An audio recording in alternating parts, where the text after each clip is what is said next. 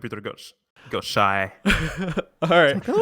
Sorry for the delay, guys. All right. Welcome, everybody, to MogTalk episode 205. We've made it. We've made it after all that. If you guys are unfamiliar with MogTalk, it's a show based around the Final Fantasy XIV community discussing everything from Savage Raiding to Chocobo Racing. And today is going to be about music. And we're going to bring on two people who you guys know very well by now, and I'm going to go ahead and introduce them so they're not just here awkwardly staring, waiting for the introductions. We have Alex and we have Husky. If you guys wouldn't mind doing your own introductions to say who you are and kind of what you do, so they get a little bit more familiar with you. And I'll start with Alex, if that's okay. No, I want to start with Husky. Okay, we're going to start with Husky. We'll start with Husky. Yay! Husky. Yeah. Hey. So, I'm HuskybytheGeek. I'm doing video game rock and metal covers, and I do a lot of covers of FF14. I've been doing it for 7 years now, and here I am. Hello. Perfect. That's great. And then Alex, if you wouldn't mind. Hey guys, I'm Alex. I am a composer. I'm trying to keep it short. I'm a composer. I like to make Final Fantasy covers and funk remixes. You maybe saw that. Mm-hmm. And my dream is making music for a Final Fantasy game before I die. And I like to vibe and chat with my Final Fantasy friends here, so that's why we're here. Yeah. So, yeah, I don't know if I will, but we'll see. Thank you. We'll see. So thank you guys for coming on, by the way. And if you've been a part of the Final Fantasy XIV community at all and looked at any YouTube videos, anything, I'm sure you guys have watched one of their videos by now or have heard their music in some way or shape or form. Because I remember... before I even got into MogTalk, I think I remember seeing Husky's music on YouTube. How long have you been doing it, Husky? Yeah. 10 years now. 10? I started as a 7 years. I started at the release of Arion Reborn, actually. Oh, wow. Yeah, it's crazy. I started right around when Gold Saucer was being introduced into the game. So a little bit after, Realm Reborn, I started getting into all this stuff. Alex, how long? I've noticed you more recently than before. Yeah. So are you just? No, it's mine has been a very weird journey. Okay. But I started also in 2013, I think. Yeah. Okay. Because I remember in the days when Realm Reborn beta started, I was like, my life was making music and playing Final Fantasy XIV, both. Mm-hmm. But before, I used to work as a Hollywood movie trailer composer. I made music for AAA movie trailers. Mm-hmm. I walked in that direction. My goal was always to make music for Final Fantasy. Now, by working in that field, I got a lot of skills, and that's why my covers orchestrated sound like a movie or something, because I work in that field. Mm-hmm. And now I'm trying to direct that towards video game music because I want to get into that. And that's why I started this Alex Moukala music channel, where I talk about video game music, and I'm creating this space where video game music aficionados can vibe and just, chill together. And then sometimes once in a while I'll publish one of my, covers and stuff. Because the ultimate goal is to get, to make music for Final Fantasy We'll keep pushing it. Eventually they'll hear us. No, but I'm almost feeling bad because people are really starting to do that now. And I'm like, I'm so grateful, but I hope Square Enix doesn't block the word Alex Moukala because everyone's... Every day is like, hire this man. They love you. This is fine. Yeah, no, I know, but I hope it doesn't get to them in a bad way. I mean, I'm sure it won't get to them in a bad way. But I did want to go a little bit more into that because you said you did you did music for movies, trailers and such, right? And so... Which is essentially music for advertisements. Okay. But it's for Avengers and blah, blah, so it's cool, but yeah. Well, I'm curious, before that, you had to say, hey, I want to make music part of my life and what I do. What was that? When did that happen? In 2013. 2013? 13. No, yeah, 2013. I mean, 2013 in the future. No, in 13. Yeah, it was 7 years ago. Wow. You're asking deep questions now. Yeah. Are you guys familiar with self-help books at all? Yeah. I look at self-help drawing books all the time. Yeah, there you go. One day I was in a library with a friend of mine, and every once in a while I like to do this ritual where I buy a book that goes against what I believe, or that I'm just this is bullshit, just to expand my worldview, to understand if my ideas are correct or if this book is actually right and I'm thinking wrong about the world. I saw this book with a huge title saying "Expect Miracles." I'm like, what is that? Come on. Okay. And I read it, like the back of the book, and I'm like, okay, this is the book I'm gonna pick just to debunk some myths. And then that changed my life. Oh, that okay. really changed. That led me to ask myself the good questions like, hey, what do you actually want to do with your life? If you could achieve anything without failing, why? Blah blah. And my dream is to live like have an impact on the world that leaves like a positive footprint when I'm gone. And so I wanted to do something meaningful that is going to change people's lives and it's going to send positive messages. And the best way to send messages throughout the world for someone like me is music.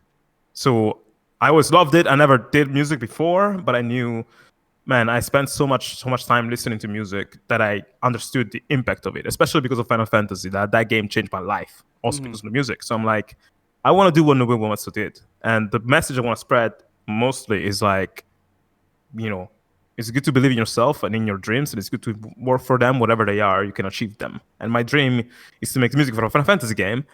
And if I manage to do that, first, people are going to be able to see the whole chronology, because ever since I started, essentially, I started making publishing songs, making tutorials about the songs I publish, blah, blah. You can find them on my other channel. So you can see the progression. And second, the music I end up writing for the Final Fantasy game can have that impact on other people, like inspire them, change them, blah, blah. And that will be the apex of this journey. And that's the answer that I gave to that book's questions, like, hey, what do you want to do? And so I started in 2013. I didn't want to spend years learning music theory or learning how to play instruments. I just wanted to compose right away, which is why I suck at instruments. Okay. I'm not very great. I didn't give myself the time to practice them at all. I just went. And I don't really know music theory that much at all. I mostly compose by ear, and my understanding of music is purely instinctive. And, sometimes I'm like, wow, I found this new technique. And then comes my friend who's like, no, this is actually this music theory term, blah, blah. I'm like, oh, okay. Well, there's different ways to understand music, essentially. Okay. And yeah, and I'm just trying to be like a beacon of passion and spreading that everywhere with my music. Pretty heavy answer. I thought you were going to be like, man, I picked up and I did this. And I was like, yeah, cool, I'll start doing this. And that was going to be it. No. But that's no, awesome, that's not me. That's I wish that was me. Like, I wish that when I was 4, I played piano or something and I become a genius. But no, I started at 7 years ago. So I was 20. Didn't know anything. And being the underdog in that way, like understanding that I'm late and there's people around me who been composing ever since they're 4 or whatever, gave me a push, gave me an edge, because I'm like, I need to develop this talent now if I want to achieve this goal, and I wanted to make a living at it. So I kind of dropped my day job and everything, and everyone was like, what the fuck? No, you should never do that. Like, you're gonna fail. So I had lots of people to prove wrong. I had lots of people to catch up to, and a big dream to achieve, because I want to leave an impact on the world for other people. So just to add on to that real quick, I'm going to ask Husky here and get his side of it. But something I'm a pretty big believer on is it's never too late to be happy, right? It's never too late to make a decision that'll make you happy. So Husky, I'm going to make you answer and give just as long of an answer as he did. So when were you like, hey man, music's going to be a big, huge part of my life? I always wanted to play bass since when I was a kid, and I never knew why. It was just, I want to play bass later. And when I was 13, I finally got a bass. So I started playing music from there, and I started guitar 3 years after, so when I was 16. And I quickly started to make some composition and starting to record myself and improvising a lot. I love improvising. That's really my jam. And I practiced for years like this by composing and recording myself. And one day, Final Fantasy XIV came out, and I was playing a dungeon. I think it was Tamtara. And at the final boss, I was like, oh, the music is really good there.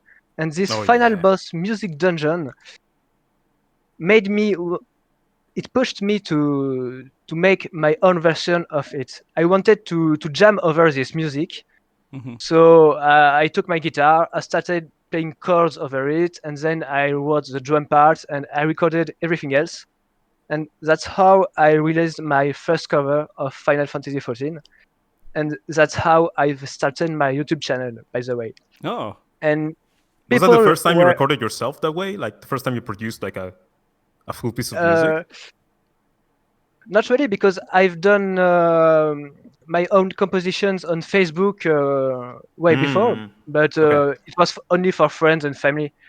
So it was the first time I released it to the world, and the people really liked it, and they all asked me to do Garuda next. So I did Garuda, but they asked me to do it before I discovered the boss. So it was kind of a spoiler. So I did it, and when I did it, it was the day Soken Sama noticed me and retweeted me, and he loved it. Wait, that was your second cover?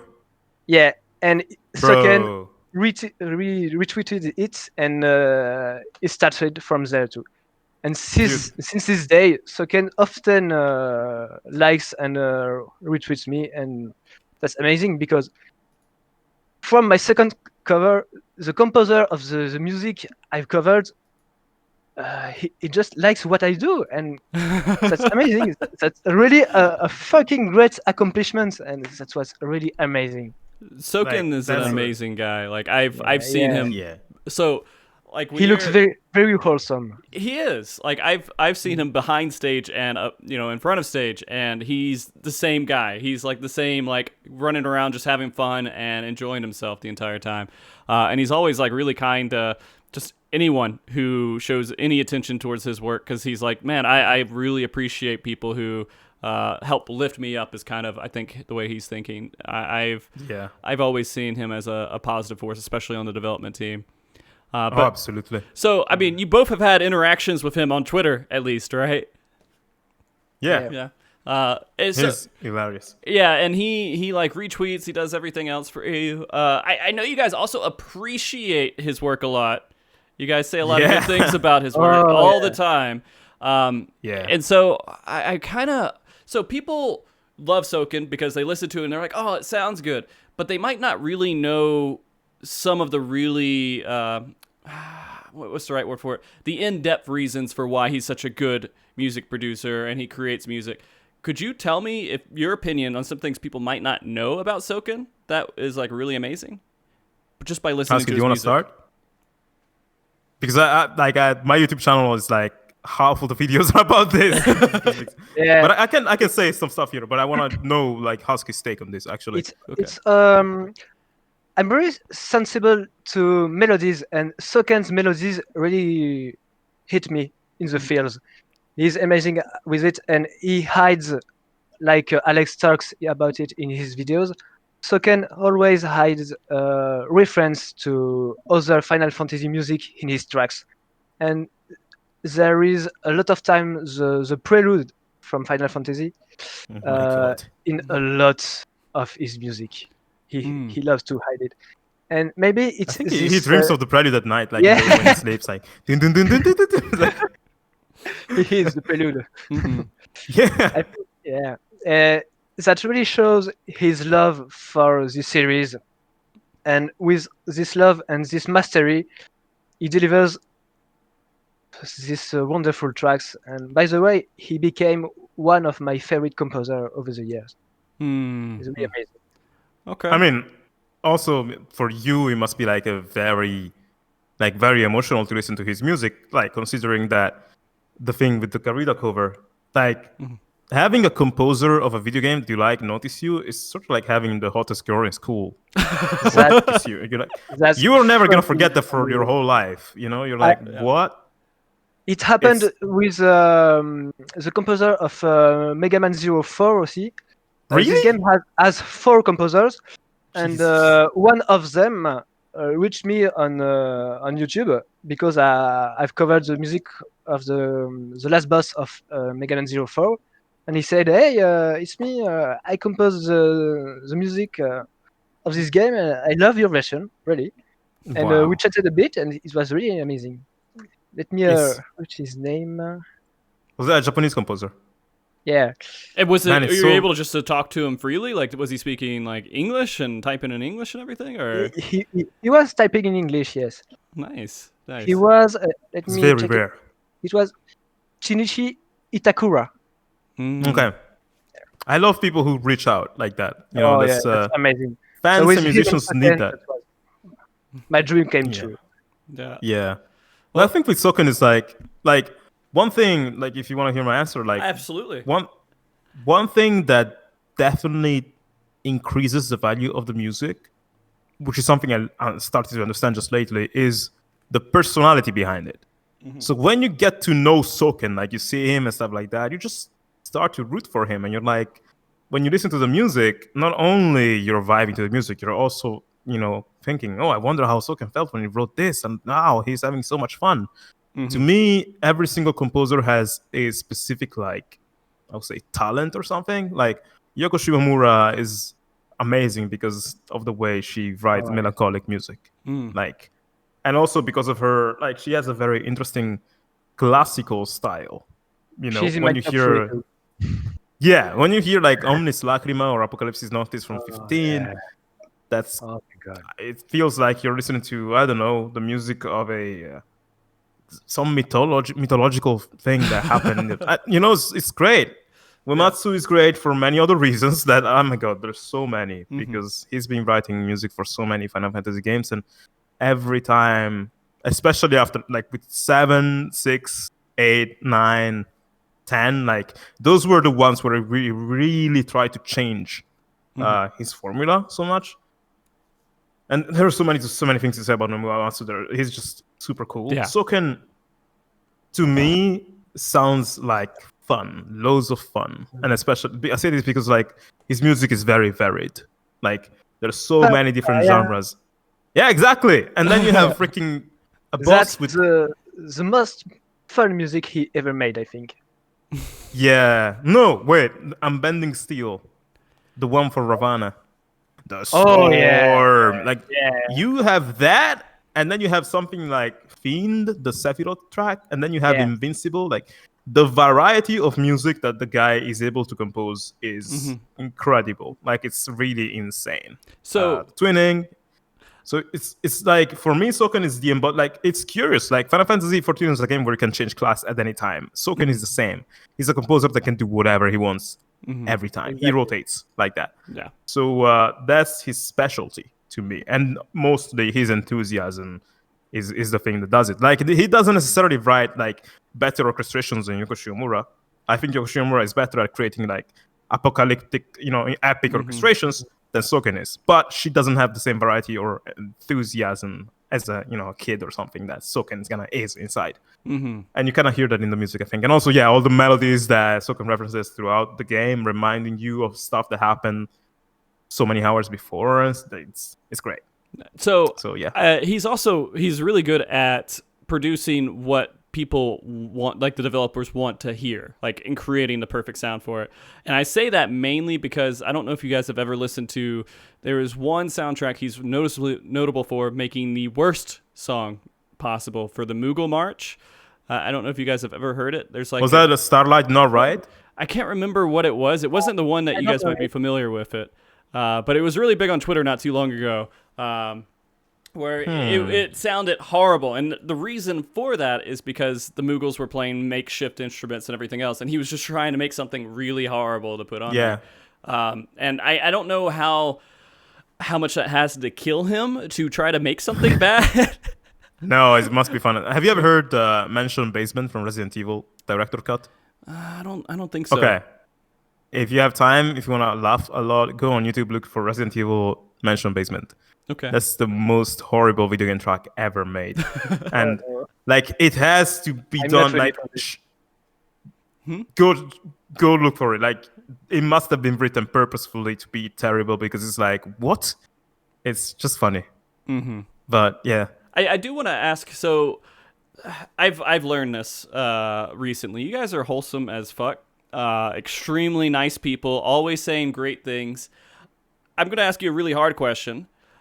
Sure. Is there anything that you can say to be critical of Final Fantasy music in any shape or form? Let me think about that. That's really tough. Right. Not to be too critical about it. Because personally, my thing is that I really like. This is probably one of my weaknesses as well as one of the best things about me. I really have a hard time being negative about anything. Like, it's so easy for me to find stuff to enjoy in everything rather than finding stuff to be like, they could have done this better. So on my channel, you're almost never gonna hear me bash about other music. If there's one thing that I would improve about Final Fantasy music, is the way they distribute it. You know, I would like, dude. They only Final started Fantasy... to do it last year, actually. Yeah, but like, On the platform. yeah, okay, yeah, it's true, true. But it's pretty late, actually. Yeah. As an example, first, this is tricky though, because like, on one end, I understand the format of like selling soundtracks is completely different from publishing albums. If you're Coldplay, you publish the album on Spotify. You do well because Coldplay goes on concert. When there's not COVID, they go on concert. So if you listen to the album for free on Spotify and stuff, it's just selling tickets for the concerts. For a soundtrack composer, there's no such thing as concerts all the time. For Soken there is, but it's so rare that maybe the same business model doesn't apply. Also, an album is like 12 tracks, so can create soundtracks of like 60 tracks or something. Yeah. So it's not the same. Yeah. I understand that it must be like bought and paid for in a different way, but that also limits the how much people listen to something. I think Final Fantasy XIV music is huge because Soken is amazing and stuff, but I think it's also huge because of channels that publish the music on YouTube. Because that way the algorithm keeps on pushing the music to you and you get into it, and then and when the album comes out, you're like, okay. With Final Fantasy VII Remake, the copyright system they put in place keeps on like canceling, deleting these music videos that get uploaded on YouTube, and it's fair. Like, that's how it's supposed to be. But I think Square Enix probably needs to find a way to promote their music that in a way that, I don't know, it lets it be out there more, because I find FF7 Remix music is one of the best soundtrack ever made, but it doesn't get enough buzz because it keeps on getting like deleted. I want to add to that, just because recently I changed the person I use, or the person's music that I use for the intro and closing of the show, is Andre Kane. He doesn't know anything about Final Fantasy XIV, like, at all. I don't think he touches it, but he loves Final Fantasy, and he makes covers. And I was using Those Who Fight Further, and then there was the Final Fantasy VII inspired cover that he did that I'm using now.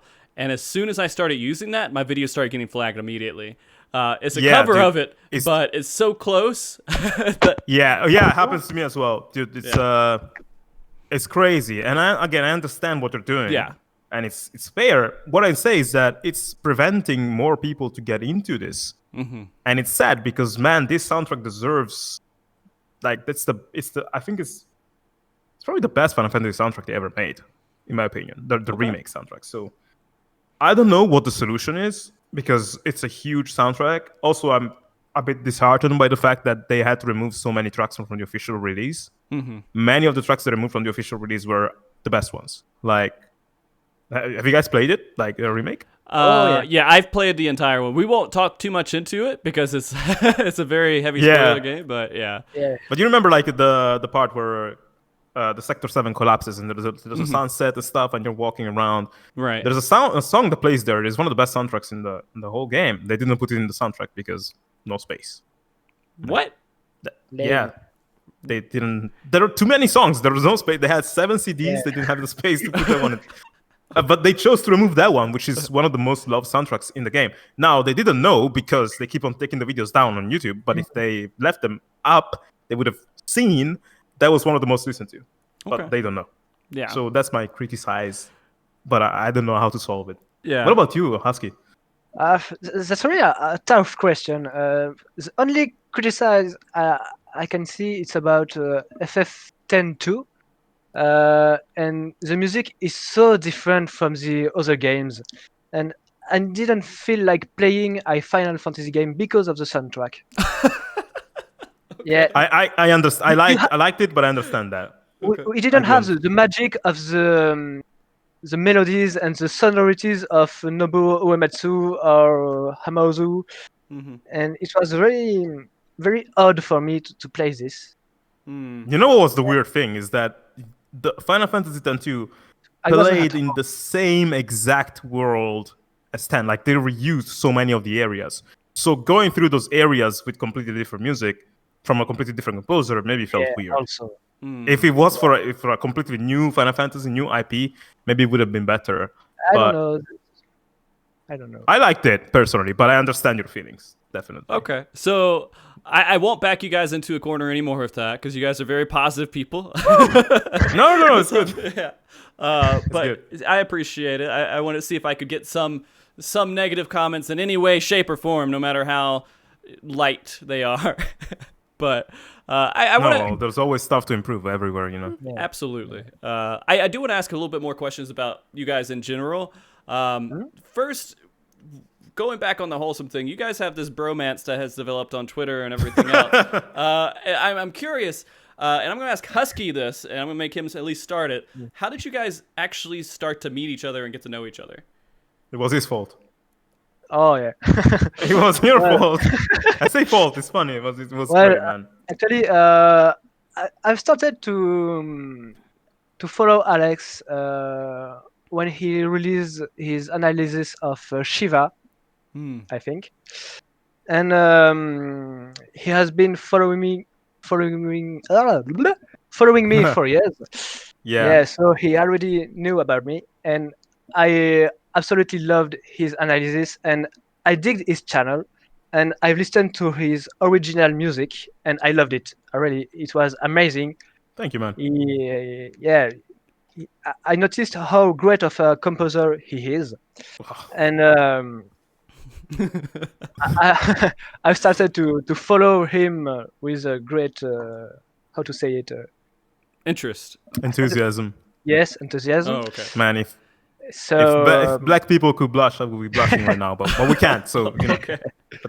Consider it as if I'm doing it.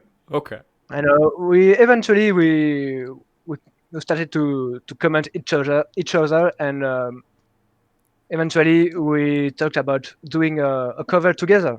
So that's how I reached up over him to madman. propose him to choose between two songs, between Innocence and Spiral. It was a song from Bahamut, and Alex was ready to do Innocence with me, and that's how we started to chat even more.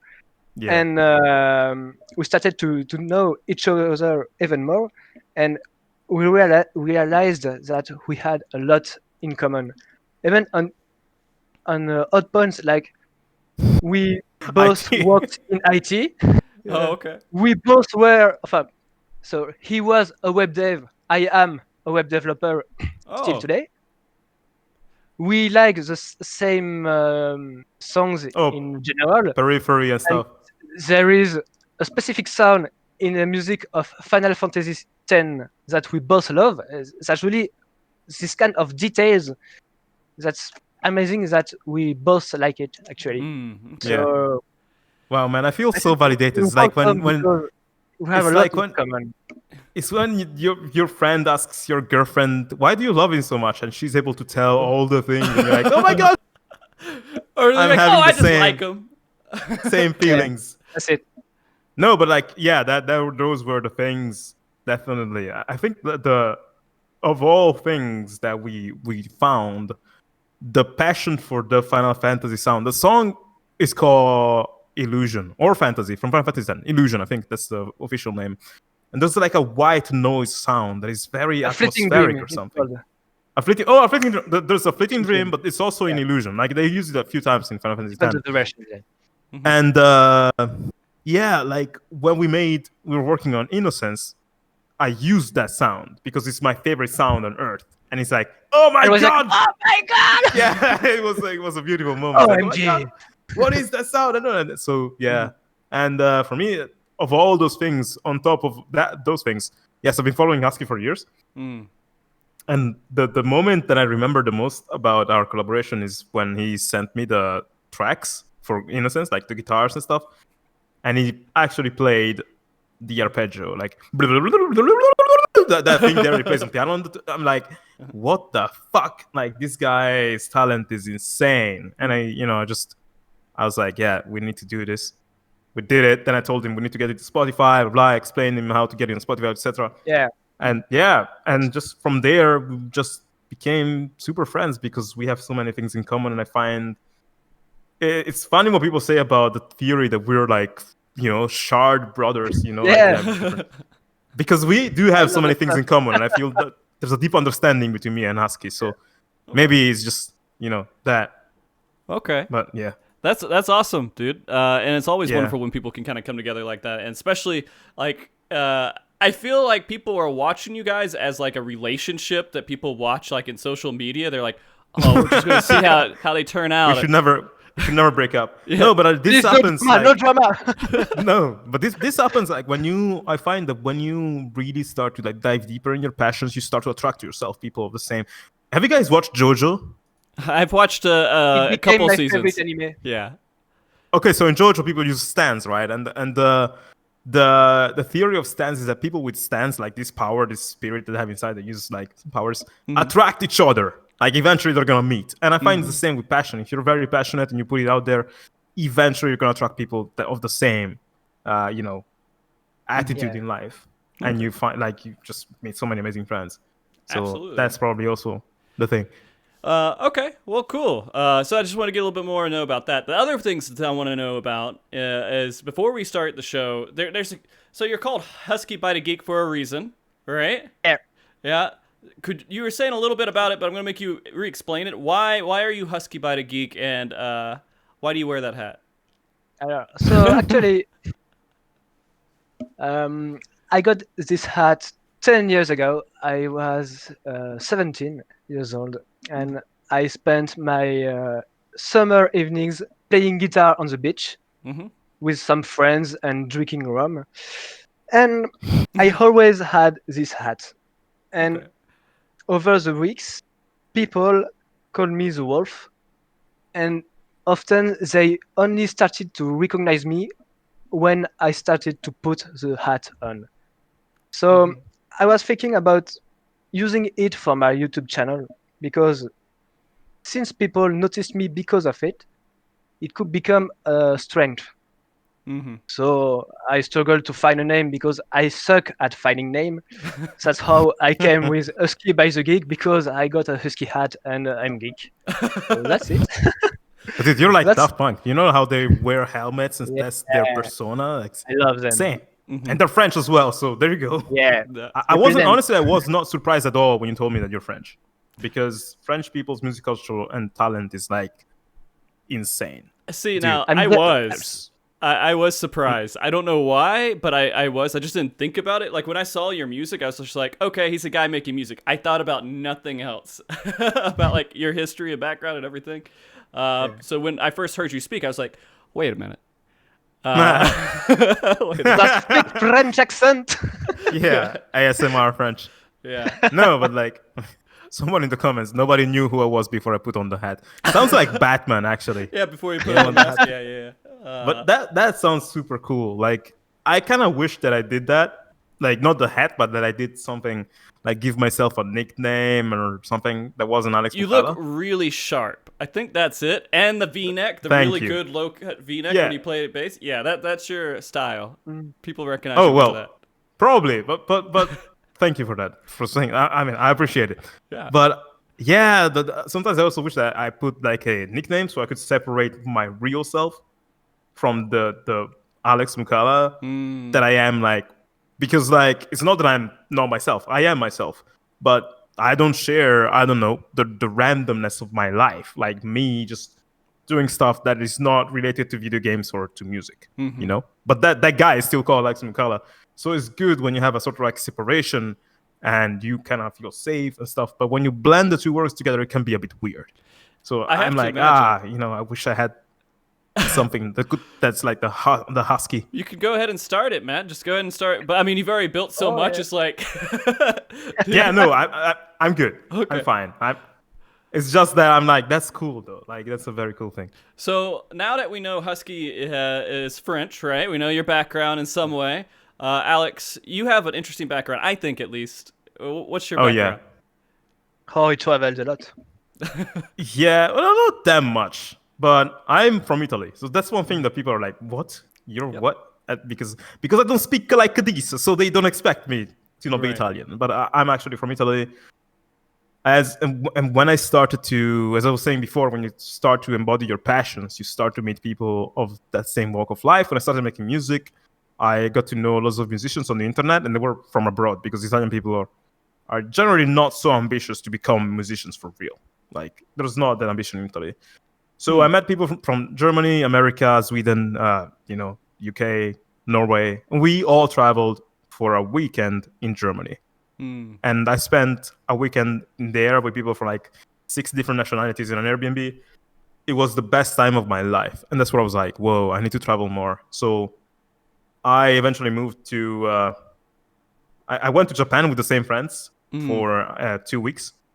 Then I went back to Italy, and I didn't want to be there anymore. I went back to Japan for an entire month in Tokyo, living there for a month by myself to see how it was. It was amazing. I miss it. I would love to go back as soon as possible, but, COVID.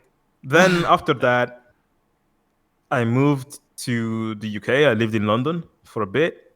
Then when I had enough of London, which was a year, I kind of traveled around, went to Sweden, went to Slovenia.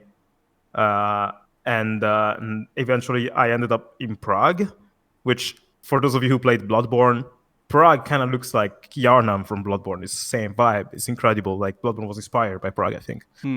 And it stole my heart completely. And even though I was just traveling, I was just doing 1 month here, 1 month there, blah, blah, blah, because I didn't want to belong to, just wanted to explore and find a place in the world where I feel at home. But Prague instantly made me feel like that.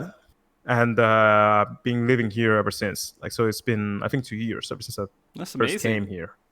Yeah, you guys should come visit. It's great. When COVID is over, obviously. Yeah. But, when the times are good. But yeah, but at my core, I'm an Italian pizza man who just ate lasagna and is so happy for it. It is good. As a French, I love Italian food.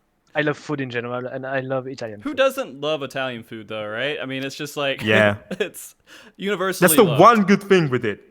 One. I'm pretty close to Italy, so I have a lot of Italian restaurants held by Italians in my town. They betrayed us. I eat really well. Oh, man. Yeah. So I'm trying to think. The closest I've been over there, I've been to Ukraine before. I've been to Kiev. And I've been to Paris and I've been to London, but these were all very short trips. They were never anything really too long. But that's really the extent of my international travel outside of the U.S. And by the way, if people watching the show, you should know it's pretty late for the guys here right now. It's fine, like, I'm gonna play Genshin the whole night. Okay. That's that game has my soul. Lucky now. man. Yeah. I felt, and that's why I feel so bad. Like, I try to bring everyone on, and I'm amazed sometimes. Like, after this show's over, someone from New Zealand and Germany will be on the show. Damn. So like, it's late for New Zealand. Actually, it's gonna be early. It's gonna be like morning. Oh, it's morning for like noon. Yeah. It's so. It's pretty amazing how we can get that to all work out. And I was thinking, one day we will get, someone from Japan on the show as well, and someone from North America and someone from Europe all on the show at the same time. One day we'll do. But I mean, I think honestly, if you told me, hey, wake up at 5, fine. I did that. I did that sometimes. I call it 7. No, fine. But I did that. It's an honor to be here. So people will find a way. Yeah. Thank you. But I think the most difficult thing maybe finding a day where everyone can, but people will find a way. They're not gonna mind waking up early. You're going to bed late. Nah. That's what people say, but I always feel bad. Like, I made Ethis wake up at 4 a.m. for a show a couple of months ago. He's in Norway right now, so. You shouldn't feel bad. It's America's fault for being the protagonist. Yeah. Which that's just how it is. But it must be hard in America too. Like, you guys have so many time zones too. Oh yeah, over 4. It was funny. 5 time zone, I guess. I live in a place that ignores the time zone change, so it's even more fun for me. Oh. But it's okay. Nice. But we'll bring it. I liked just learning a little bit about you guys as well, because part of the show is to learn a little bit about you. But we'll bring it back to music for a little bit and kind of the music that you guys are making and everything. You both have pretty particular things that you make for your YouTube channel. I mean, I think Alex, you're known for your kind of some of the covers and the funky music you make. And you know, that's what you're known for the most. Soken like amplified that by 1,000. And then it's funny, man. With the Mughal sound. Oh Yeah. my god.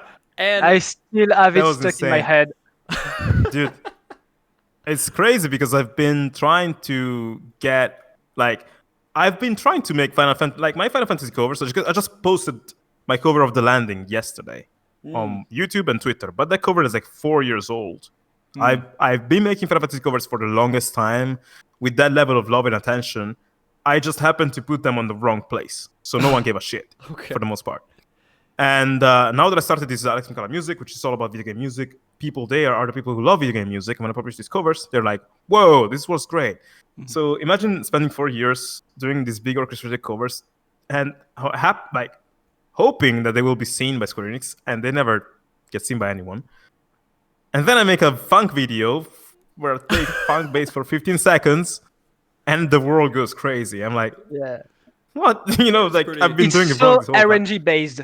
Yeah, it is. But I think the internet kind of works like that. Like the internet has so many content creators all the fucking time. There's many people who make Final Fantasy covers of orchestral covers. It doesn't matter that I used to work in like Hollywood music. It's still an orchestral cover. But a funky cover may be something people never saw before. So the internet is like, hey, there's space for this. We need this. We don't have this at home, right? Well, Final Fantasy Orchestra, we have that at home. So when I made the funky stuff, everyone went crazy because there's nobody doing that. And that's where I needed to become what I must. No, I really felt like called like a primal. People kept asking me, can you make a full one? I'm like, this never happened on any one of my other cover stuff. So, okay, let's try it. And then Soken asked, I'm like, what the fuck? Okay, fine.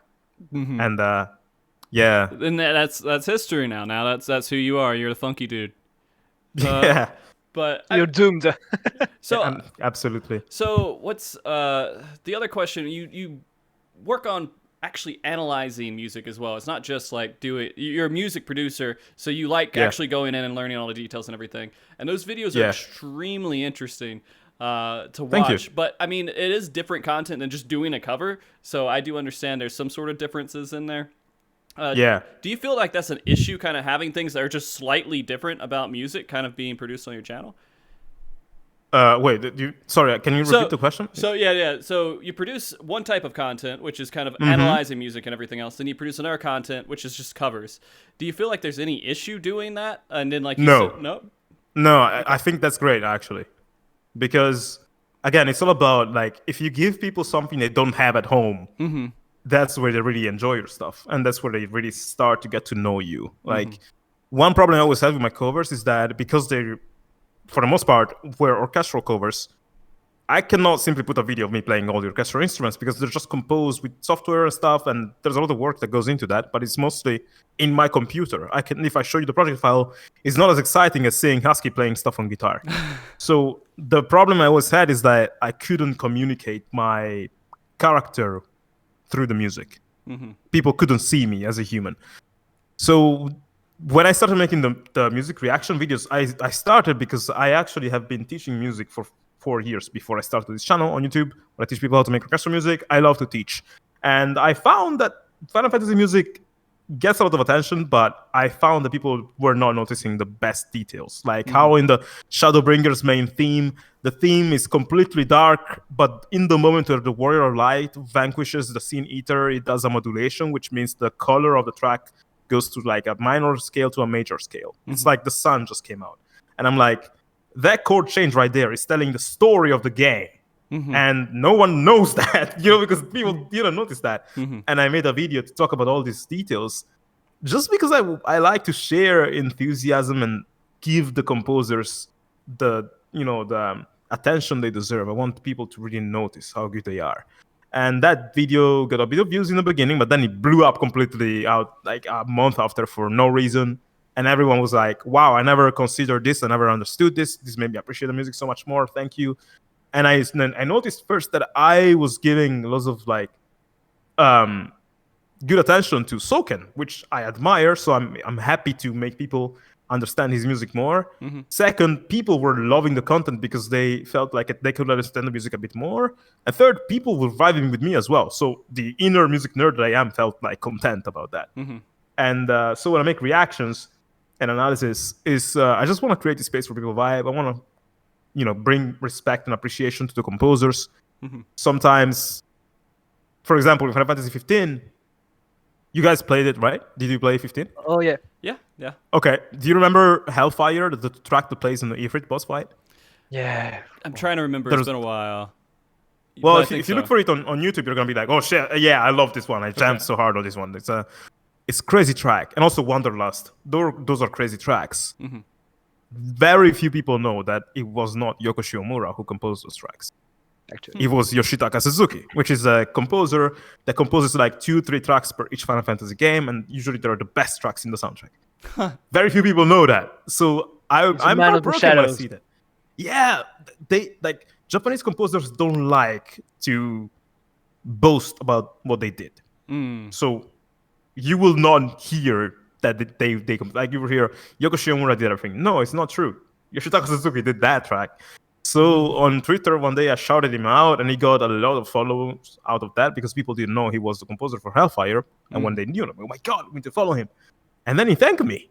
He's like, oh my god, thank you. So I'm like, wow, I need to do that. I feel a sense of responsibility because composers need to be appreciated more. People need to understand music more because there's so much more that they would love to hear, like love to understand. And I love to be a nerd. And that also helps my covers because when I publish my covers, people know my personality now and they know my excitement. So when they listen to the music, it's like what I said before with Soken. Like when I hear Soken's music, I can see him getting excited while he composes that stuff. With me now, it's the same, I think, but people can see me getting excited about composing this cover. So it's a good thing. Okay. Husky. Short answer. Very short answer. Husky. Busted. So I am curious. You do focus mostly on rock, right? That's kind of your ideal covers. Is there a reason why you kind of just focus on that? Is it just you like playing guitar more than anything else, or? Not really. Actually, I listen a lot to metal and punk music. But when I play guitar, I'm not good at composing metal. I just have a good feeling with rock. So it's just how I play. When I do a cover, I just jam over my guitar. I put on some chords and some melodies. I watch the drum part, and that just sounds like rock. That's just it, actually. Okay. It's just what you like to do, and you're like, hey, I'm just gonna make a. It's just a matter of feeling. Okay. I mean, it's a high road for me. I plug in, I play, and it sounds like this. Dude, you grew up playing Sonic. It's just a matter of feeling. That's why you played Sonic Adventure. Same. So did I. It's amazing. Music. Yeah. That's the thing that got the rock in your soul, I think. Sonic was what was it? The Dreamcast one. Sonic Adventures, where he's going down and he'll escape from the city or something, and it's like it's like that's my jam. City one Escape. of the most perfect songs. Yeah, like it holds on its own. It just holds on its own. It has like a journey feeling, I think, almost to it. If I had to compare it to something, but I don't know. Every time I hear it, I'm just like, I'm gonna listen to this full thing. There's no skip. There's no. When I was a kid, I played the final boss every day only for the music. I was addicted to it. It was amazing. That's great, man. No, maybe I could do an analysis of City Escape. That's a great track. It's an amazing track. So I guess the other things that I'd like to ask you to kind of get to know you a little bit more. We've learned a lot about your channels and the music and everything else. But what about what you guys do video game wise with Final Fantasy 14? What kind of players are you? Do you log in and raid, or you craft, or you do anything? You log in once a month? Like, what kind of Final Fantasy 14 players are you? For me, I started to play very seriously on Stormblood and Shadowbringers. I played at the release of A Realm Reborn. I didn't play at Heavensward, and I started to catch up from Stormblood, and I started to get really addicted to this game since this time. And actually, I prefer playing the main story and leveling some alts and doing some roulettes in casual mode. I played a very few extremes. I've tried Susano Extreme at the Ridge of Stormblood, and I got it, and I think that's it. Usually, I play for 2 or 3 months. Mm-hmm. I catch up. I get some gear. I level some alts, and I take a break for a month, and I come back later. That's like the ideal way to play, to be honest with you. Yeah, I agree. Yeah. What is question that I'm gonna answer? But I have a question. What is your favorite characters, guys? Like your favorite character, Husky and Rusty. What are your favorite Final Fantasy 14? Go ahead, Husky. I have to think a bit about it. I can go ahead and say mine then. Mine is I like really stupid and characters that are just like horrible. So I think what was his name? At the beginning of Stormblood, he comes in. He's the big bulky guy, and he's the guy that turns. Gosetsu? No, it's not Gosetsu. It's the bad guy. It's the. Oh yeah, Gwynwalt. Yeah, yeah. That's your favorite. Yeah, I love him just because he came in and he's just so ridiculous and so loud and so stupid, and he just like came in and he's like, all my name days have come at once, and like perfect. That's I didn't like him. I found him very boring. I had a lot of trouble with him. Really? Yeah. I found him very boring. I didn't like every time he appeared. I was bored. I mean, that's kind of actually my favorite character is Roban. Okay. Okay. Oh yeah. I can see why you didn't like the one Frosty likes. Like it's complete polar opposites. Completely different characters. It's complete polar opposites. Yeah. I don't know. Okay. A lot of times with the Final Fantasy story, some of the characters are all kind of sensible, like, good characters. They don't really have a lot of things that just make them stupid. And I feel like Grunwald was just so out there that it just stood out. Yeah. But I will say the main thing that made me like him is that dungeon where you're fighting him and the voiceovers and everything when he's like going and he's like, I'm going to kill you, and he's like so just like intense, and like the emotion in the voice kind of made me like really start to love him. But then you don't see that again. He's very well characterized, and what became of it? Like, I forgot. He died. You killed him because he turned into a monster with a chainsaw, and he's in that dungeon and you fight him. And he's just like so insane, and that fight was like kind of heart-wrenching to me in a way. If you go back and you see it, you might get it's so easy to forget it because no one really liked him as a character, but like that's kind of why I like him too, because I did. Go ahead. Yeah, you like maybe the contrast hit you the hardest, like when you see he's so stupid, but then it ends tragically like that. Yeah, one of my favorite characters, probably for kind of the same reason. Well, my favorites are definitely Emmet Selk and also like Yotsuyu. I thought I would not like her at all ever when I saw her. Like, no way at all I'm gonna like this character. But then I'm like, whoa, she's not my favorite. Actually, no. Okay, wait. Emmet Selk, Lady Iceheart, and I like what's his Haurchefant, but I like also. Of course. Oh my god, I forgot this. Urianger. Okay. Urianger is like it's funny because he's so serious, but there's so many scenes where he's stupid. He has this like duality to him. Like when he tries to swim or he tries to walk on the water and then he falls. Like, it's so funny. Yeah. But the game is full of like amazing characters. Extremely well developed characters. I mean, those are ones that people like. And I will add one extra note to it, and we'll come back to that question in a second. But just to continue this tangent a little bit longer, there was a point. Like, I'm not very attached to. Like, I understand. Hey, it's a video game. Hey, my life. I can separate that.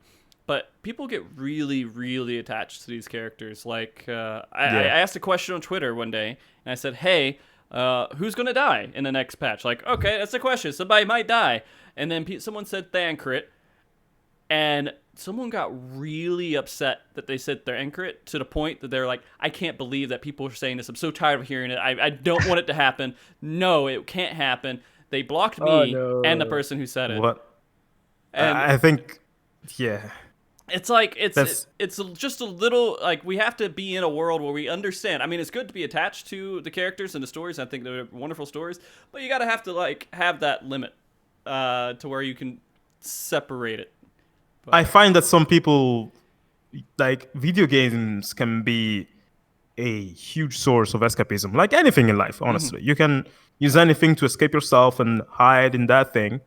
And then you really, like, the way you relate to that thing becomes unhealthy. So I see this all the time. People criticizing video games. Oh, Final Fantasy 13 was terrible, the worst thing that ever happened to humanity. And like, I can understand you don't like it, but like having to insult people who enjoyed it and insult the developers, that's where it goes a bit too much, and it makes me feel like you have some problems. Like if that game feels like a threat to you, or for the idea of Thancred dying feels like a threat, it means you are escaping in this so much that that's probably not healthy. No, it's not. So in my head, at least. No, it's not. It's objectively not healthy. Okay. But I do understand the heavy attachment to a character. I understand like the crying when, I don't know, something happens. That's beautiful because like like video games are made for you to escape or to like become part of this different world. So it makes sense. It just doesn't make sense when that becomes a cause for conflict. Yeah. Because video games are entertainment. They're not war.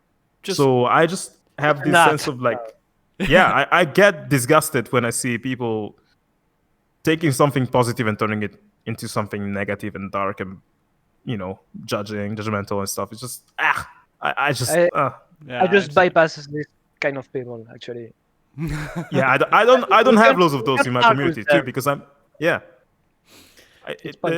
I mean, the Final Fantasy XIV community is huge and has so many different people of so many different personalities and so many different interests that like you're gonna find everyone. Like there's a ton of people out there who hate me very much, and I have no clue why.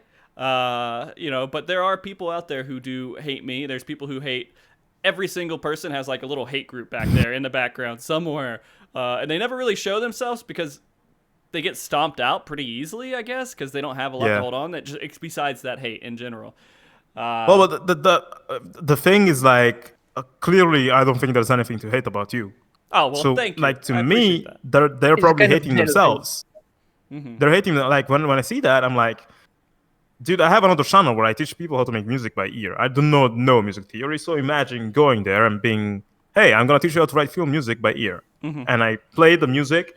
There's people who are like, oh, like one time, man, I made a cover of Apocalypsis Noctis from Final Fantasy 15, and I rewrote it entirely by ear exactly as it is. So if you listen to my cover and then you listen to the original, it's the same thing. And it's crazy to nail that down like that. And I published it.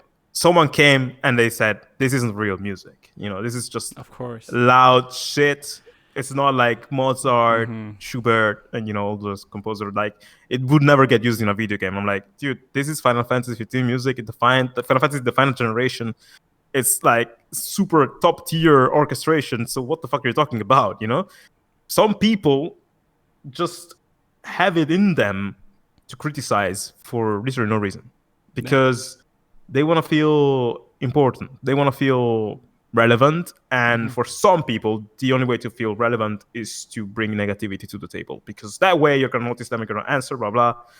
And before I used to engage, but when I see them now, I just delete the comment. or maybe I just reply, but in a way that ends the conversation. Like, okay, I appreciate your comment. I don't think it's the same, but can't feed it. Or people say, oh, you're one thing that I hear a lot about my music is that it's too loud, and it's true. Like, my music is pointless. Actually, they have a volume, right? They're able to turn it down, aren't they? No, but it's not that. Like, it's the arrangements are way more. If I make Final Fantasy arrangements, they're way more cluttered than the originals. And I'm like, yeah, that's true. Like, that's a reason to hate it. I'm like, if you don't like cluttered arrangements, I completely understand why you wouldn't like the music. I write it for this, like this, purposefully, because that's exactly how I like it. But you don't have to like it. You can just go and have a bagel. You know, you don't have to listen to my music. Exactly. You know, so I just reply like that. Yeah, you're right. I do things this way, and that's fine. This kind of people are so stubborn. It's pointless to try to argue with them. So yeah, you're right. It's better simply deleting or ignoring them. Sometimes they just want to be like acknowledged. So like if they're writing something that is like hateful, Yeah, no. But if they're writing something hateful, like it was very bad, I remove it. Like sometimes I get people being hateful to the music I'm reviewing. Oh, this composer is shit. Delete. Like that's like delete. But if I'm getting some criticism, like, oh, I didn't like this, Yeah, right. but it's not so crazy, it's not vitriol, I might say, I hear you, I disagree, but I hear you. Yeah. It's fine. And then they're like, when they see that you acknowledge them and you don't devalue their position, but you just tell them, I see you, but I think of something different. Usually they just calm down. They're like, oh, no, I just, I actually like it. Just wanted to say that because they're like, oh, he noticed me. So that's good. So people just want to be noticed. There's two different types of comments that are negative. There's the kind that people are actually legitimate people saying, hey, these are my thoughts and concerns and everything else. Yeah. Then there's people who are like, I'm going to say something horrible because I want to say something horrible. Just be completely shitty. And I found... and I found that basically you have to think about it in this scope as well. You guys are busy. You're doing lots of stuff. You're making things. Yeah. You're playing games and everything else. This guy who is saying this horrible thing to try to get into a response with you has a world of time to sit there and twist and spin and do whatever they can to try to get into your head. You just don't have that time to combat it. So there's no reason to like even go into a huge in-depth conversation if you think it's just someone trying to gaslight you or trigger. But even if I weren't busy, like my philosophy in life is that positivity is one of the most important things of all. And when I do engage in negativity, which I'm a human, it can happen. When I do engage in negativity, I am always left with the feeling of like, hey, I could have done something else with this past 10 minutes instead of ruining my life and someone else's life. Right. So one thing I do, if I do engaging in negativity, and I create more negativity that should have been that day, I try to be twice as positive that day for the to bring back the balance kind of thing. So you're like, that's kind of what I... And then you go to Husky's Twitter and you say lots of really nice things to him. It can be Husky, it can be anything. Like it can be even the person, it can be a stranger on the street. Because I remind myself that negativity doesn't, it's not important. It's just doesn't really people help. Sometimes they're just But dude, that's the internet. Yep. That's how it is. But I think you have a very wholesome community and vibe, and I can sense them from a mile away. So that's you're nice. Good, man. Most times they're wholesome. It depends on who I have on the show. But that being said, I'm going to ask you anyways for about the Final Fantasy 14 game life that you have, Alex. Completely different subject. But I want to know. I actually, I'm a complete casual. Okay. Like I have a problem. In life, I like to do so many things, man. Like even video games. Like video games is one of my biggest passions, but I have so many others. And there's so many video games I like to play. And do you guys remember when we were like kids? We barely had money to buy even one video game per month. Like at least for me, I bought one video game for 2-3 months or something. It was crazy. So the one video games I had, I would have to finish it to 100%.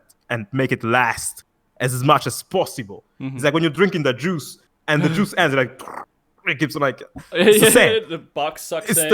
Yeah, exactly. That's how I consumed video games back then. Now I'm like at an all-you-can-eat buffet. I can pay for video games. They're getting cheaper because they get on sale after a month now. And I have money because I'm an adult and I work. And it's like, oh, there's this one. Oh, but there's that one, and that one, and that. There's so many things. So I went from the juice thing to only doing the fundamental things. Now I want to experience the story, the characters, and the music, which means I don't always do the extreme challenges. I don't complete them to 100% and game stuff. So for 14, I just play when there's the new main story content. I renew my subscription. I go through that, play with my friends. I do some roulettes with Husky and blah, blah. And then if I'm done with the story, the subscriptions runs out. I play other games. So I completely miss out on all the extreme stuff, all the raids, etc. Until when they get nerfed to death. That's where I do them. Well, I want to expand upon that because I feel like that is also a very important piece to put on the table here. Is that I only do what I want to do in the game. Like I log in, and if there's something I want to do and I'm going to enjoy it, I do it. And sometimes that's raiding, right? Sometimes I just that's my goal. I want to do Savage. I want to complete all that stuff, and I do it. And then I log out and I do something else. I play different games because I feel like if I made, even though this is a huge part of my life. MogTalk and doing these podcasts and everything else, bringing on and talking to people who are very passionate about different things in the game, is a huge part of my life. It's more important almost than Final Fantasy XIV is to me, to be honest with you. Yeah. This is just what I like to do. I like to talk to people. And like you like the community. Yeah, I love the the community. That's everything that I'm about. And so when we actually, I don't do a lot of I've never done any ultimates, although I talk to people who world race and do ultimates all the time. I don't do any crafting, but we have people who talk about crafting come on the show. And so like there's so many different things with this game that if you try to do every single one, you're going to burn a lot of time that you could have spent doing something that you really wanted to do. And Yoshida has acknowledged that, do what you want to do, and then go play another game, because there's so many other good games out there. There's so many other things that you could be doing. Yeah, honestly, Final Fantasy XIV is like 3 or 4 different games into one at the same time. Mm-hmm. You can do the extreme stuff, you can do the main story, you can do the crafting and gathering, you can do housing. Yeah. And all of those different... It's the first time I love crafting in a MMORPG. Yeah, same, man. It's great. Amazing. Yeah. And fishing and stuff. It's like 4 separate games into one. It's a circus, man. It's like this whole amusement park of different things with Final Fantasy.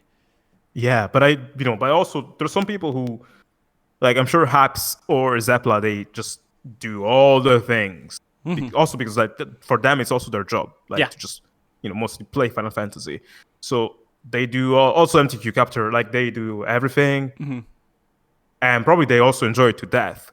I cannot see myself doing as much in Final Fantasy XIV. I would just, miss out on so many other things. Right. So yeah, but this is the same for all games. Now I'm playing Genshin Impact. It's fun as heck. Man, it's addictive. It's crazy. Yeah. I don't know if you guys are playing. Like Husky, are you playing it? Yeah. You are. I'm not playing it. I'm like the only one. Frosty. I'm the only one not playing it in the world. I Frosty, swear. I would recommend you to try it. I started this week. It's really fun though. Dude, we have to play together when you are at level 20. Yeah. Oh wait, we can play together already. You're. Yeah, I have unlocked the multiplayer. Okay, good. I think. But yeah, dude, that game is it's great, but it has this like gacha system where to unlock all the characters. Either you have to spend a lot of money, or you can play a lot of hours, and you get multiple chances to unlock them. And I've been told that when you reach higher levels, it becomes grindy as fuck. So if you want to get to the highest levels and do the end game, you have to play a lot. Mm-hmm. I'm probably not gonna do those things, you know. So I'm letting go of the stuff because I want to experience other things. So you just have to be self-aware about how you consume games. I've played Red Shadow Legends for 1 year, and it has one of the worst gacha rates of the world. So Genshin Impact is so generous for me. After Red, and you should try Dissidia Opera Omnius on mobile. It's the most generous the gacha problem game I've ever tried. Is that I play on the computer and I hate the portrait mode. I need landscape mode when I played it. You mean Dissidia? Oh, you talk about Dissidia. I thought I'm talking Dissidia Opera Omnia. FF Brave Exvius. I know it's No. Dissidia Opera Omnia is one of the best. Oh yeah, I should try. One of the best Dissidia games ever made. Like there's so many cool. Did you try Frosty? Nope. Did you guys ever play a Dissidia game before? I've seen it. I understand the concept. It's kind of like Smash Brothers, but with Final Fantasy, and it's but it's 3D. It's much better because there's a story, and in Dissidia Opera Omnia they went all over the place with the story. They have so many freaking characters because it's a gacha game. They have to bank on characters, so every freaking character you love from Final Fantasy is there. Cyan from Final Fantasy VI. There's Vivi. There's freaking Arden. I think they're gonna add MSL at some point. And when they introduce them, they also introduce them in the story. So you have a cutscene where there's Laguna, that meets Squall, that meets Cypher, and they meet Vivi, and there's Cypher and Vivi jamming. Dude, okay, I'm getting no. It's the biggest. You also discovered, do you guys know why Cypher uses the Gunblade in Final Fantasy VIII? I can't remember. Why he became a Gunblade wielder? No. They don't explain this. Well. Okay, they don't explain, but in the City of Opera Omnia, there's a scene where Cypher meets Laguna, and he's like, wait, you're the guy from that movie. You're the reason why. You remember the Zaguna that does a movie where he fights a dragon with a gunblade. Oh, yeah. And Cypher says, you're the reason why I became a gunblade user, because I saw your cassette where you were playing against the dragon, and there's this like exchanges that deepen the understanding of the Final Fantasy games. So it's great for that. Like there's a story, but also the gameplay and stuff is so much fun, and it's a very generous gacha game. So that one is amazing. I would recommend it to anyone. But yeah, sorry. No, it's good. No. It's amazing because even though, we called this like the Final Fantasy 14 music discussion and everything else, it's really getting a lot of insight into you guys about how much you are just huge gamers. Like, yeah, you just love video games. And I think that's a passion that is wonderful to see anytime, no matter what the discussion is. I agree. And because, people can be people who make music for video games but have absolutely no clue about video games at all. And if you have that insight about what makes a really good video game, what goes into making really good video game music. Oh yeah. So I think though, like that can happen, but it happens quite rarely. Usually the composers do play, but yeah, you can also have those that don't. But yeah, it's exactly as you said. When someone is a big gamer, you feel that. Like Soken, for example, you can he's a big Final Fantasy fan. Oh, right. yeah. And He's a that's the huge best. gamer. So I guess a good example would be like I did an interview with Susan Calloway before, and I talked to her, and she's not a really huge video gamer. Like she doesn't play a lot of games, but she's a huge part of the Final Fantasy world, and the music that she puts out there, everyone knows who she is if they play Final Fantasy 14. Yeah. And she's a really cool person. Going on that note too, you've done interviews for people like Jason Charles Miller. Oh, he's the man. That guy's fucking crazy. Have you talked to him? I haven't. I'm curious how you got that interview. Were you just message him? Get him like, on the hey? show. So as I said, my reaction videos are cool for giving more credit to the composers and the singers and the stuff. Very few people knew that Jason Charles Miller was the guy who sang on Shadowbringers. Even I didn't know. I thought it was Soken. And in the video said, well, this must be Soken. And someone in the comments said, no, it's Jason Charles Miller. I'm like, what? The guy who made Rules of Nature. I'm like, whoa. So I made a video eventually about the Rules of Nature, and I praised Jason a lot. Also to like kind of apologize for the Shadowbringers, fiasco. And he found the video. And he just thanked me a lot and was like, oh my God, well, thank you for making this video. And then he followed me on Twitter. And he has a show on Twitch where he has people come on his show and they improvise there. Like they play an instrument. Really? They kind of challenge themselves. Yeah. It's called Jason Miller Mondays. So it happens on Monday. He just improvises, like they face off with this. And it asked me, hey, I want you on the show. Do you want to play some? I'm like, I suck at instruments completely. But maybe I could interview you on my channel. And I made a post asking people if they wanted to know more about this man who made the music for sang on Shadowbringers, on To the Edge, and Rules of Nature. And they were like, yeah. So that just happened. And he's super cool. Like I never knew how wise that man is and how many stories he has. Like he knows Ozzy, like he's friends with Ozzy Osbourne. Like good friends with Ozzy Osbourne. He toured the world with Marilyn Manson. He had a band. Like, man, there's so many stories behind this person. And he's very, very big in the rock scene. He's huge. Yeah. I never knew. And he did country I think he did some solo country stuff, or like it sounded like country or something. And everybody was like, yeah, he does this like southern rock music that is amazing. It sounds very cinematic too. It's very interesting. So when I interviewed him, I was like, whoa, lots of people have no idea about much of the depth and details that is behind their favorite composers or whatever. So maybe I should keep on doing this show. So that's why I'm doing it, for video game music people. I mean, that's amazing. I was just really interested to see that. Like, I saw that pop up. I'm like, holy, this is a big, it's just you should get him on the show. He's gonna be excited to be here. I don't know. I would love, but I have no clue what to music discussion wise. I'm someone who listens to music and like I enjoy it, and that's really as far as I go. So it's hard for me. So maybe I'll get him on, and then I'll have one of you guys come on and interview him, and then I could just kind of be there and moderate a little bit, and maybe we could make that. But I mean, probably he's a pretty cool guy. And then I was doing personalized questions. I was like, I'm going to ask Alex about this because this was interesting. I want to know how that story went. And another one for Husky was like, why are you so quiet and shy? but you're not really quiet and shy. You just kind of. I think he's ambiverted. He's an ambivert Actually, like us.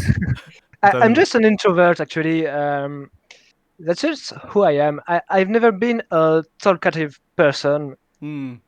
That's it. But maybe I think it might be because of my childhood. Okay, emotional moment here. Sure. I'm ready. When I was a kid, up to my 14 years old, I guess, I didn't have a lot of friends, and people usually made fun of me. And I think, Man, because of this loneliness, it forged me a shell, and that's why I might be really introvert and shy now. bro, But can when I interrupt you for a second there? yes, Our similarities keep on increasing. What the fuck, man? So for Yeah. me, like, just interrupting super quickly. Yeah, go. I wasn't necessarily like bullied heavily, but I'm black and I had to face racism a little bit, and I also was the nerd in the class in middle school, and people didn't like that, and so I was bullied a little bit. I fought back, but the way I fought back was building a shell. Same. I built the shell of being cold, being closed, except for my best friends. They knew me as I was, but then for most people, I was just closed off. But yeah, Okay, Husky. that's funny. Yeah. Similarity. So yeah, and I've started to have real friends pretty lately, from my 17 when I was 17, and that's when I started to open myself, and people were receptive to me, and from then I can only be myself with The right friends. people. I knew that. I saw, dude. When I told you, like, I saw you, like, I told you, dude. Twitter is amazing. People on Yeah. Twitter are great. It's not the negative place everyone says. So you should share yourself more. Yeah, you started sold doing it that. to me. Yeah, and I saw that you were right. you have a great time. So I'm like, yeah, he's clearly People are fun, someone who and loves. I'm starting to opening myself on Twitter as well, and Yeah. people received it positively too. So it can only get better now, thanks to you. I think. Of course. I think no, it's thanks to you. Like, it's because of who you are. I think like you attract people that are similar to you. In case of Frosty, the bad luck you may have is like when you say maybe I have negative people coming on the show or like in the comments, maybe like these people come from outside. Like, I don't know, because you're like on Husky, it's just channel. It's only Husky. On my channel, it's only me. But I don't know if you are interviewing somebody that has an audience that is a bit mixed, you might get that too. Let me explain it even further than that. Every show is different than the last show. For example, this one is discussing music. Last show was Final Fantasy 16. The show before that was the Mentor System. The show before that was something like we have. So we it's have like very different specialized shows, and then of course we have so many different guests. For example, people who have been part of the MogTalk for a while is Zeno and Arthas. And they're very aggressive people. They have very aggressive kind of language when they're talking and everything. And people don't take that the right way sometimes. And so it all kind of gets mixed together. But it's just weird. It doesn't matter if you did the exact same thing and it was always great and everything. And there was no reason to hate you. People will still hate you. It doesn't matter. It's just I know. Yeah. But when you work with like that sort of like transformative audiences, the culture that creates itself in your audience is not like I'm bringing a lot of different about communities. this. Yeah, exactly. For me, my community is very tight, and we're all about video game music and positivity. That's so. And Husky, I think it's the same, and I think you attract the people who are. If you were just doing your show by yourself, I'm 100% sure your community will be always wholesome as fuck. So it's definitely not on you if you sometimes get like some vitriol. It's just the nature of the internet. We'll see. I do want to relate to you guys real quick, because you were talking earlier, and I feel like this is just a common experience. When I was younger, I didn't talk to anybody, and I had the lowest self-esteem possible. And I thought if someone said something nice to me, they were making fun of me. So I had this huge thing, and I grew. And I think that didn't really change until high school when I started to realize, hey, fuck it. I'm just going to fake being confident and say really nice things about myself and be like an egotistical asshole. And then people took that, like, took it as like, oh yeah, he's fun, and it wasn't like something like I started feigning confidence. Like I just started trying to put it out there, and it worked in some regard. And so some of that confidence that I never had before started to build, and it was actually starting to turn in some real confidence. And I feel like I became a lot more social as I got out of high school and I started to grow older. And I didn't think that I was I don't know what it was. It's just a combination of things while growing up. I think everyone has that. Yeah. You know what's the cool thing? It's like, I find that people like us, everyone had that. Mm-hmm. But people like us probably didn't like unleash that by bullying other people. Mm. We didn't try to bring people down to bring ourselves up. We were just closing each other down. Yeah. So we were doing something bad towards us, but we weren't doing bad to other people. Right. Well, sometimes people just bully others, and that's how they face their own lack of self-esteem. Mm-hmm. We all have that when we're younger, and then some of us find their way. And I'm so proud of all my friends who tell me, "Oh yeah, I was bullied when I was younger." And dude, so many creative people have that story. Like I've come to understand that it's just how it is. Mm-hmm. And I think probably that's where maybe our brains started to be a bit creative. Like, hey, okay, this world could be much better, so I'm gonna imagine in my head how it would be. And then you start playing Final Fantasy, and you're like, wow, I wish we had dragons and stuff. And then you get into music, and like it's just, and by going inwards, you start to just become more imaginative, have fun being by yourself, and then eventually if you're lucky, you have built self-esteem. But after you build self-esteem, your world of imagination that you develop inside is still there. Right. So you get kind of the best of both worlds. So yeah, I've seen that narrative so many times in content creators, man. Yeah. And I'm so proud of you guys. Like if you came from there, which I know that place, you came a long way. Yeah. That's great. So we have all warriors. We have a little bit more time. And I kind of want to focus. I noticed it feels like the podcast kind of turned into more of just like learning about each other, which is something I love. And you never know what you'll get into when you get into these kind of conversations. And I want to actually ask you a little bit about your future as well, so people kind of where you're heading, and like, for example, do you guys have any collabs planned for each other? Or do you plan to do anything else with your own content to grow it more? Is there anything you have? I mean, it will happen eventually for sure. Like, surely that was not the last time. We haven't planned anything for now, but I think both me and Husky understood instinctively that it's not the last time we collab. Okay. I actually had this stupid idea of like, hey, let's hide a melody in both of our tracks from now on. And this Innocence cover we've done together is one of my best works. It's one of the covers I'm the most proud of. And I had a lot of fun doing it with Alex, and I'm looking forward to do another one. Maybe for the extension. Yeah, dude, like it would be great. It would be great to make so many things, honestly, and maybe even outside of Final Fantasy or whatever. It would be fun as heck. Yeah, I'm always open to it. It's gonna happen. Yeah, and I mean, people who play Final Fantasy 14 don't just play Final Fantasy 14. So you can make content outside of 14, and people's music is great everywhere. So it's very universal. If you make good music, people want to listen to it. Of course, there's nostalgia, in particular with Final Fantasy, that a lot of people have. So they I think people who love Final Fantasy 14 are gonna love Final Fantasy 16. So there's that. There's also that. I want to ask that too, because this is something that gets said a lot, is that when people were watching that trailer, they're like, oh, that's Soken. To me, I didn't think that immediately. Maybe I just don't have the right ear for it. What is it about the Final Fantasy 16 trailer that says, hey, I'm Soken? Okay, I made a video about this. There's essentially... But there's one part that is going to be like, okay, yeah, either it's Soken or it's someone that really loves Soken, because the part where the prelude plays, da da da da. If you in your mind ignore the prelude and you just listen to the orchestration beneath it, like the brass playing the chords and stuff. Chords are when you play multiple notes together, right? The brass playing the chords, and you listen to how they're playing and how the strings are playing dun taga dun taga dun on top of that, and you compare it with the Crystal Tower theme from Final Fantasy 14, arranged by Soken. It's the same exact chords and string passage.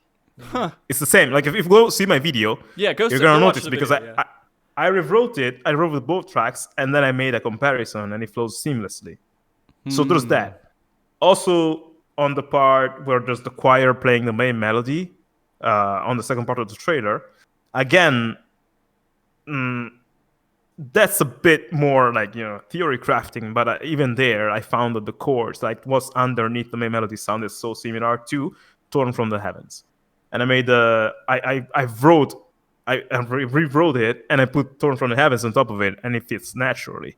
So it was those two things for me that gave it away. Also, the way the trailer ends with the prelude playing on harp is the same exact, essentially the same exact key.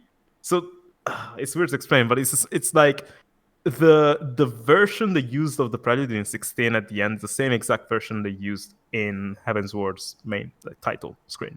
Same key, same notes. The only difference is the instrumentation, because in Heavensward there's like organs and brass. In this one it was like harp, but it's like, to me it felt like the style beneath the melodies was soaken. And if you watch my video, it's gonna be way more easier to understand, because I have examples that you can hear. But it's the harmonic language. So either it was him, or it's someone that loves him a lot and wants to do a similar style. That doesn't mean that he's making the music for the whole game. It could also mean that he just made the music for the trailer. But in my mind, it's him. Yoshida was just like, hey, go make me something real quick. I need it. And he was like, I got you, bro. I think that was it. In my mind, it's him. And also, like, the fact that Yoshida is directing the game is another. So there's like many different hypotheses, like many different reasons why we can think it's him. I can be proven wrong, but dude, I was saying before any information about FF7 Remake soundtrack was disclosed, when we just heard the snippets in E3 and stuff, I was already saying this is not Nobuo Uematsu. Everyone was like, oh my god, the boy Nobuo is back. He's creating this incredible orchestration. I'm like, no, this is not Nobuo Uematsu. No one believed me. And then they released the website where they said, oh, here's the two composers, the main composer, Masashi Yamauzu and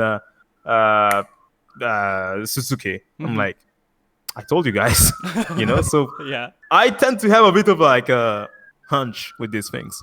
Okay. But we're going to see. I also think it's Soken because I have done a cover of the FF16 trailer, and when I was doing it, I had the same feel I have when I do FF14 cover. And I found the same sonorities, the same feeling, the same. It was really easy for me to do it, and I have only one game where I do covers easily, and it's FF14. It's like Soken is your It's just bag. a matter of feeling, and it's a matter of sixth sense.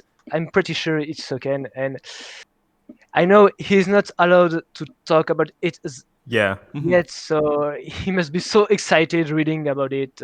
He reads a lot. He knows that we know. Yeah, I'm sure. I would love to see Soken reacting to our stuff. Like the live footage of him, like watching our covers or whatever, and just being like, "Oh my god, these guys are crazy." Or I don't know.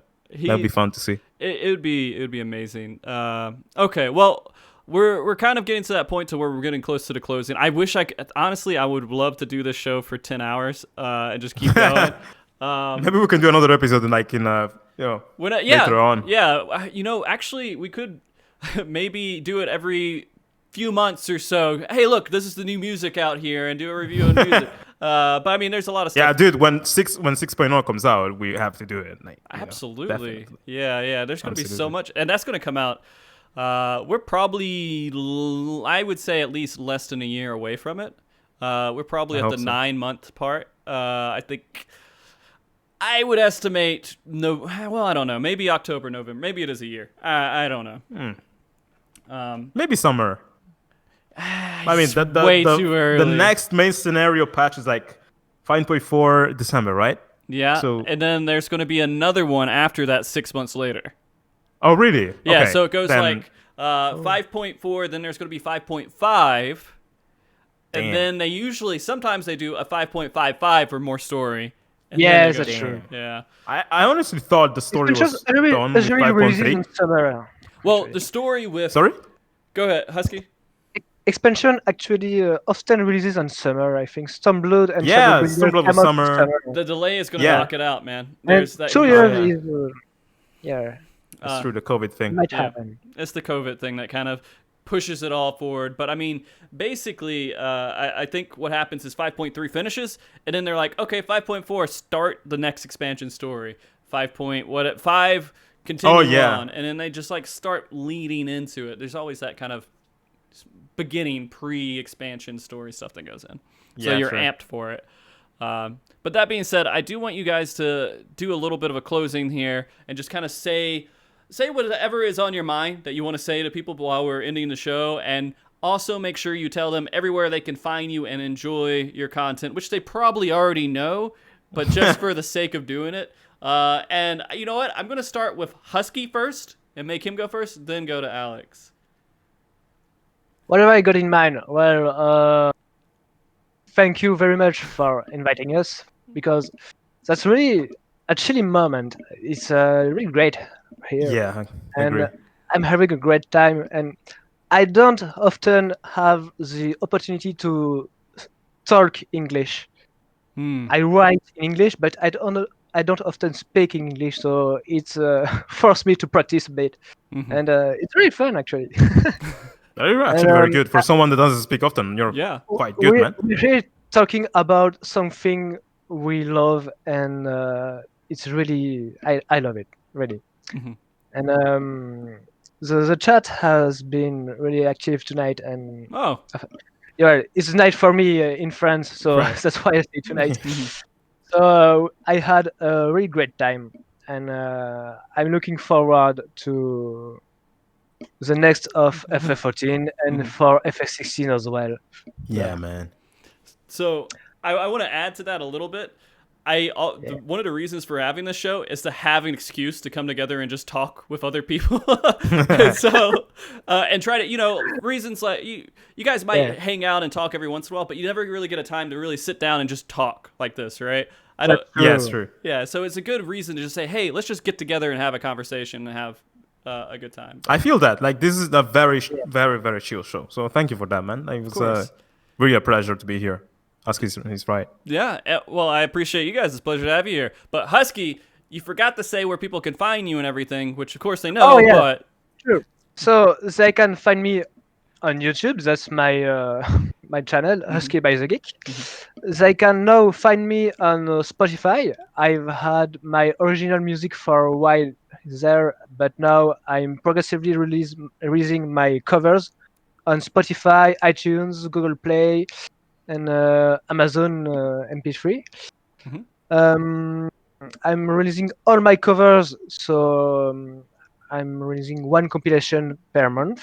So the first volume has been released, and the second volume will come by the end of the month. And I've been starting to be active on Twitter for the last 2 months, so you can find me there, and on Facebook as well. But I don't post that much on Facebook anyway. It's okay, I don't No, either. man, same. The Facebook is dying. People are more active on Twitter, so that's I think nerds are way more. I am. Yeah. And I will say, also, I have been noticing both your music pop up on my Spotify feed recently. So it's amazing. Like, I'll be listening to whatever, and it just pops up. And I'm like, hey, all right, this is wonderful. It makes me feel kind of happy inside a little bit. But Alex. Thank you, man. Well, what I would say to people is, you guys are great. Great community over here. In general, the Final Fantasy XIV community, in my experience, is pretty great. So keep on being positive. That's very good to see. I think it's good for the developers as well, like to see that the people playing their game are so great. So that's amazing. Thank you so much for those of you who are sharing my covers and stuff. I really appreciate that. Thank you for the chat for being here tonight. You can find me, well, if you want to discover the secrets of video game music and understand why you like it, look for Alex Moukala Music on YouTube. That's my channel where I break down video game music in a very fun way that is easy to understand, even for musicians, like people who are not musicians. If you want to listen to some orchestral remixes of Final Fantasy music, look for Alex Moukala on Spotify. If you want to listen to lo-fi remixes of video game music, Alex Moukala 2, like I, on Spotify. If you want to check out some funky bass covers, go on my Twitter. Yeah. And Twitter is also where I post the fluff, where I also post sometimes clips or how I made certain rearrangements and stuff. So Twitter is becoming my favorite thing now, but also my Oh, Alex Moukala same. music It's really YouTube fun. channel. Yeah, it's great. Like you can like interact with people, and it's You it's can fun. shitpost and people like it too. Yeah, I tried to limit that because I still am trying to like give people, because sometimes I get freaking, the other day the Devil May Cry account followed me, like the official Devil May Cry account, because I made a cover of like a funky remix of Buried Alive, which is one of the best tracks ever made. Like that track is amazing, and I remixed it, and they retweeted it, and then they followed me, and now I feel like, oh, I cannot shit post that much because I'm being followed by freaking Devil May Cry. Like I don't want to like put stuff in their timeline that is not so useful. So I'm trying to limit kind of the shit posts, but yeah, you can shit post on Twitter too, and it's fun as heck. So it's great to interact with people. Because as a content creator, like, yes, you're the man of the people, but there's a bit of separation. You know, there's the algorithm that gets in the way between you, your videos, and the people. But on Twitter, there's, you know, just completely different. People can retweet your stuff and share with their friends. So it's great. To give you one note on that, you can look at how many people they follow. If they follow a lot of people, post whatever you want, because likely it's just going to go through their feed, and they might not be able to see it. I got followed by Square Enix, and I was like, holy shit. And then I still post horrible things. And so, Man, congrats though. That's freaking amazing. Yeah, it's great. So how did that happen? It's just random, dude. I look every once in a while. It'll say like, "Oh, so and so followed you," and then one says Square Enix. I'm like, Square Enix follows you. I click on it, and it's like the account. Ever since. And so every once in a while that happens, but sometimes the people who are running those accounts just follow tons and tons of people. For example, Yoko Taro, after he did his concert, followed so many just players of Final Fantasy 14 that have like, don't make content or anything. He just started following the hell out of anyone who mentioned the concert. No, but Square Enix doesn't do that though. Square Enix, like, they follow, I think, 100 people or something. Oh yeah. Like, man, that's great. That's I think it was Square rare. Enix USA when they still had the account. Maybe it's not like the same Square Enix, but it was Square Enix USA. I can't remember. Doesn't matter. Like, it's great nonetheless. Great, anyway. Like, I know they don't follow just about anyone on their channel, so they're watching. Oh no. Yeah, they're watching. Would you like to work for them, like on, I don't know, social media or something like that? If they pay me enough money to survive, of course. That's That's the thing. Like, the gaming industry is, you know, it's one of the hits that you have to take is that lower pay a lot of times. If there was, it can be pretty rough because they, especially programmers and other people who work for them, they're so passionate and they just want to do it so much that it's easy to it's such a huge field that they can pay you less. And so that's not always the case, but if a job opportunity came for me for like a video game company in any way to do something that I love to do, and it was something that I could support my family and not feel like I'm hurting my home life in any way to do, of course, then sure. And that's just unfortunately where I'm not a bachelor who can go and just live out in a box somewhere or out of my car and just kind of make by. So but anyways, did you say where they could find you, by the way, Alex? Did you? Yeah, like YouTube, Twitter, everywhere. Just like your name. Just use your name. Just if you look for me anywhere on the internet, just type Alex Moukala, you're gonna find something. Except like if you go, you know, like where you shouldn't go, like not safe for work sites, you don't find me there. But anywhere else, who knows? The OnlyFans that you have? Do you have your OnlyFans account up there? OnlyFans. I talk about lasagna for 24 hours straight. That would be amazing. Take my money. That would be amazing. Right now. I should actually do it as a joke. I'm sure you'd get a lot of people subbed. I swear. Oh yeah. Absolutely. You know the power of the meme. Lasagna ASMR. Man talks about lasagna half an hour straight. We never see you do any covers again. You're just a professional lasagna reviewer. It'll be fun to explain that to my parents and my girlfriend. Hey, what do you do? I just talk to lasagna for a living. But we live in such a weird age, a weird era, that this actually could happen. So that's the funny thing. Lasagna cover. Yeah. This could totally happen. Yeah. Lasagna cover.